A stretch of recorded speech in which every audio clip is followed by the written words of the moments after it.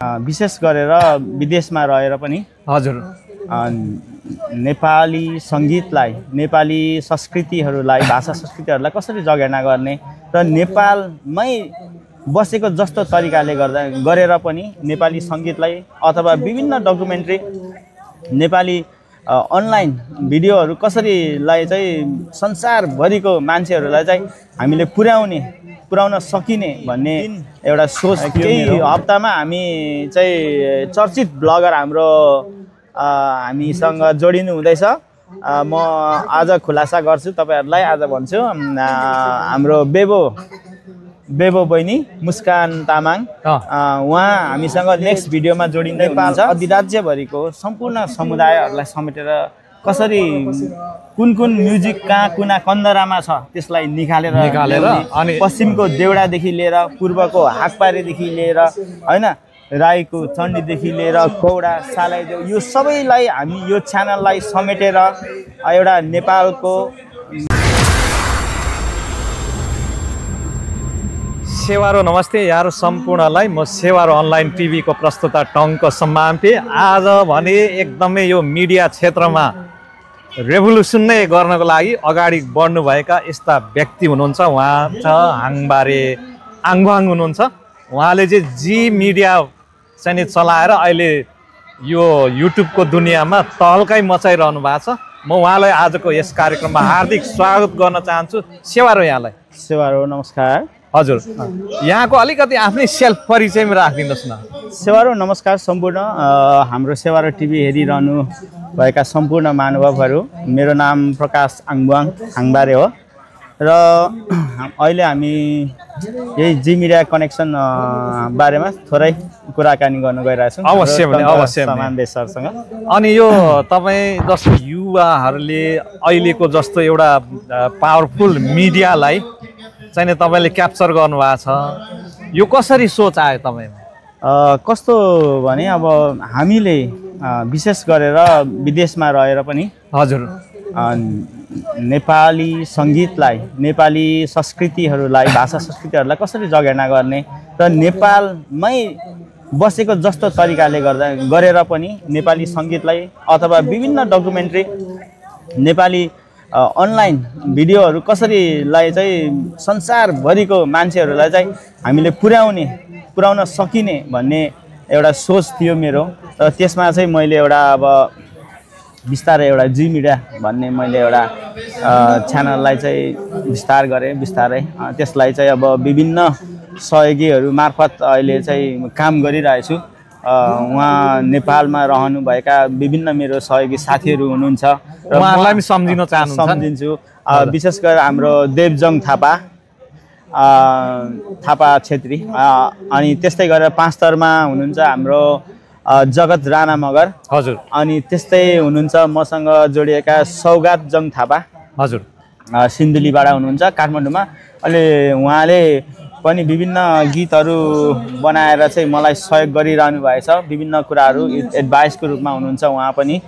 त्यसै गरी मसँग अहिले बादल लिम्बू लगायत सहिल लिम्बू, विशेष गरेर पछिल्लो समयमा हाम्रो सहिल लिम्बू हाम्रो भाइले चाहिँ तहल्का मचाइदिनु भयो।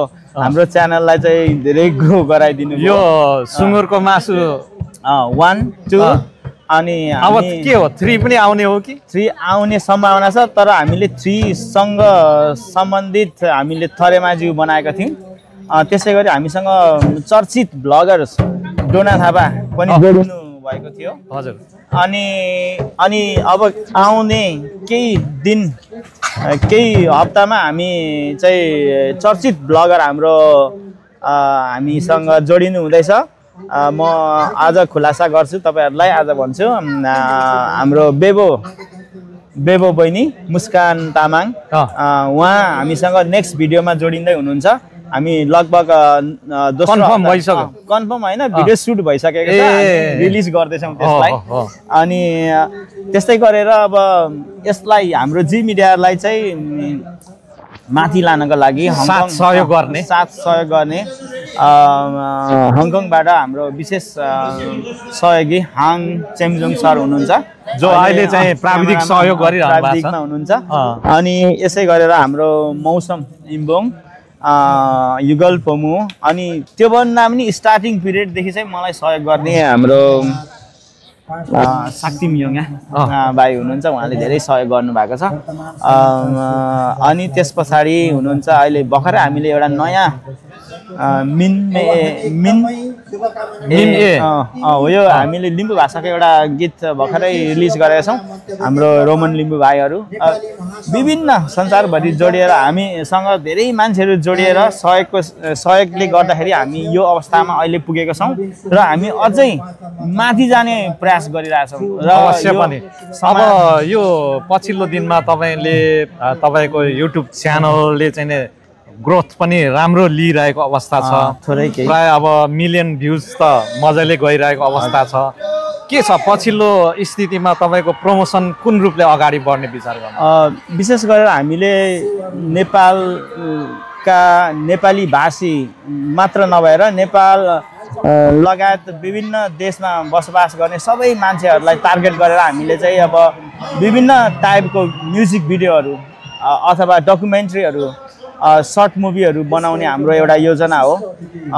अनि विशेष गरेर अहिले चाहिँ हामीले यो समयमा चाहिँ हामीले साङ्गीतिक सौगातहरू नै अगाडि बढाउने त्यो चाहिँ हामीले काम गरिरहेका छौँ हैन। तर भविष्यमा हामीले विभिन्न सर्ट मुभीहरू पनि बनाएका छौँ पनि, डकुमेन्ट्री केही डकुमेन्ट्रीहरू बनाएका छौँ। र त्यसलाई पनि अघि लाने र हामीले नेपाल अधिराज्यभरिको सम्पूर्ण समुदायहरूलाई समेटेर कसरी कुन म्युजिक कहाँ कुना कन्दरामा छ त्यसलाई निकालेर अनि पश्चिमको देउडादेखि लिएर पूर्वको हाकपारेदेखि लिएर हैन, राईको चण्डीदेखि लिएर कौडा सालाइदेउ, यो सबैलाई हामी यो च्यानललाई समेटेर एउटा नेपालको सम्पूर्ण विश्वभरि रहेका नेपालीहरूले एउटा गौरव गर्ने अथवा खोज्दाखेरि भेटाउने खालको च्यानल बनाउने हाम्रो एउटा चाहना हो। त्यो कति सम्भव छ त्यो अब हेर्नुपर्छ हैन। तपाईहरूको साथ, अब सम्पूर्ण दर्शकहरूको साथ सहयोग नै चाहिन्छ। हामी एउटा काम गर्ने हो, दर्शक बिना हाम्रो यो सम्भव छैन। त्यसो भए अलिकति सब्सक्राइबरको लागि पनि अनुरोध गर्नु नि त। म यो प्रत्यक्ष हेरिरहनुभएका सम्पूर्ण दर्शकहरूलाई म के भन्छु भने हामीले एउटा तपाईहरूलाई मनोरञ्जन दिनको लागि एउटा सकेसम्म हामीले सकेको जानेको बुझेको धेरै हामीले काम गरिरहेछौँ। हाम्रो च्यानलसँग जोडिनको लागि जी मिडिया कनेक्सनलाई एउटा सब्सक्राइब गरेर नेक्स्ट हाम्रो प्रोजेक्टको लागि कनेक्ट भएर बसिदिनु होला। सम्भव भए मन पराउनु भयो भने लाइक शेयर र सब्सक्राइब पनि हैन, त्योभन्दा धेरै मन पराउने सेयर पनि गरिदिनुहोस् होला। सब्सक्राइब त गर्नै पर्छ तपाईँले। अनि हाङबारे म हैन, कमेन्ट पनि चाहियो नि त। कमेन्ट पनि कमेन्ट त ठुलो कुरो हो हैन। हामीले यति धेरै टाइम तपाईँहरूको मनोरञ्जनको लागि नै खर्चिरहेका छौँ। यो कुरा तपाईँहरूले बुझिदिनु भयो भने, हामीसँग जोडिदिनु भयो भने, सब्सक्राइब गरेर जोडिदिनु भयो भने आउँदा दिनहरूमा तपाईँहरूको हौसलाले हामी झन् धेरै काम गर्ने, हामी अझ नयाँ कुराहरू लिएर आउने हैन। हजुर, अब हाम्रो कुराकानी पनि यति नै होला हैन। अब धेरै नबोलौँ। तपाईँहरूले चाहिँ जी मिडियालाई चाहिँ जसरी पनि लाइक शेयर र सब्सक्राइब गर्नु होला। हाङबारे भाइको विचार सुनिसक्नुभयो, पक्कै पनि उहाँले नयाँ कुराहरू लिएर आउनुहुनेछ भन्ने विचार गर्दै हामी बिदा हुन चाहन्छौँ। सेवा ल है, जी मिडिया कनेक्सन जिन्दाबाद। हस् त, थ्याङ्क यू सर।